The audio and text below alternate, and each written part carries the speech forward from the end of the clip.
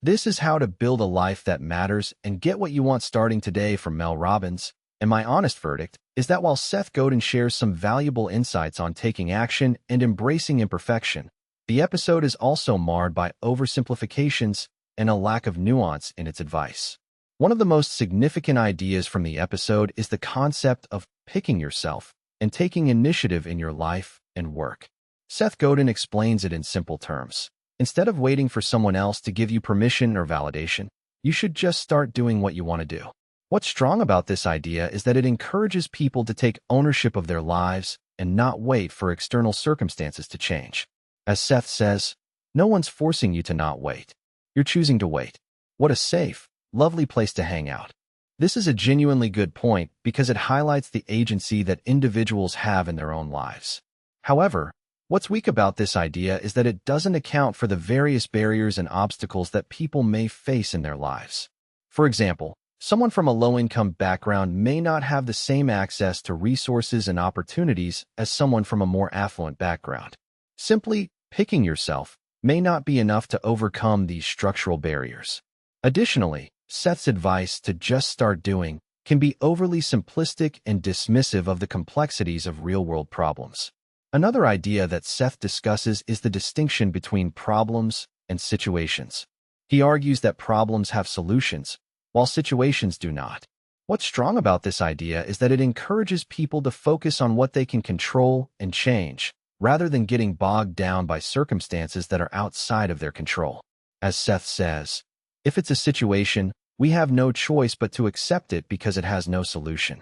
But if it's a problem, it can be solved. This is a useful distinction to make, as it can help people to prioritize their efforts and energies. However, what's weak about this idea is that it can be difficult to distinguish between problems and situations in practice. For example, someone may perceive a situation as a problem because they feel that it is unjust or unfair, even if it cannot be changed.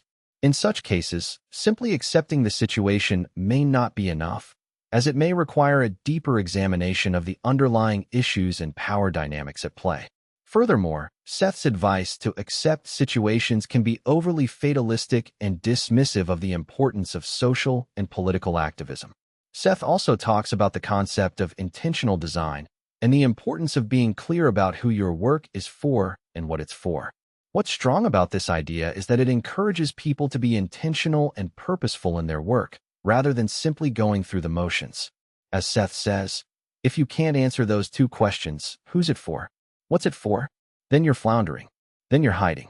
This is a useful framework for evaluating one's work and ensuring that it is aligned with one's values and goals. However, what's weak about this idea is that it can be overly simplistic and reductionist. In many cases, the purpose and audience of one's work may be complex and multifaceted and cannot be reduced to simple answers. For example, an artist may create work that is intended for a specific audience, but also has a broader impact on society and culture. Simply asking who's it for and what's it for may not capture the full complexity of the issue. Another idea that Seth discusses is the importance of embracing imperfection and shipping one's work rather than striving for perfection. What's strong about this idea is that it encourages people to take action and put their work out into the world, rather than getting bogged down by self-doubt and fear of failure. As Seth says, merely ship it means this has met spec. Here, I made this without attachment, without argument. Here, I made this. This is a useful approach to creativity and productivity, as it can help people to overcome their fears and actually produce something. However, what's weak about this idea is that it can be overly simplistic and dismissive of the importance of quality and craftsmanship. In many cases, striving for perfection is necessary and desirable, particularly in fields such as engineering, medicine, and finance. Simply shipping one's work without regard for its quality can be irresponsible and even dangerous. Finally, Seth talks about the concept of making a ruckus and doing work that matters for people who care. What's strong about this idea is that it encourages people to be intentional and purposeful in their work, and to focus on creating value for others.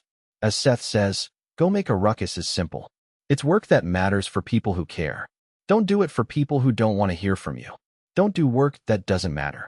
This is a useful framework for evaluating one's work and ensuring that it is aligned with one's values and goals. However, what's weak about this idea is that it can be overly vague and lacking in concrete guidance. What does it mean to make a ruckus in practice? How can people determine what work matters and who cares about it? Simply telling people to go make a ruckus without providing more specific advice and guidance can be unhelpful and frustrating. Overall, I would say that this episode is worth listening to for its insights on taking action and embracing imperfection, but it should be approached with a critical ear and a nuanced perspective. The ideas presented are not universally applicable and may require adaptation and modification to fit different contexts and circumstances. My takeaway from this episode is that individuals should strive to be intentional and purposeful in their work and to focus on creating value for others. However, this requires a deeper examination of the complexities and challenges involved, rather than simply adopting a simplistic or formulaic approach.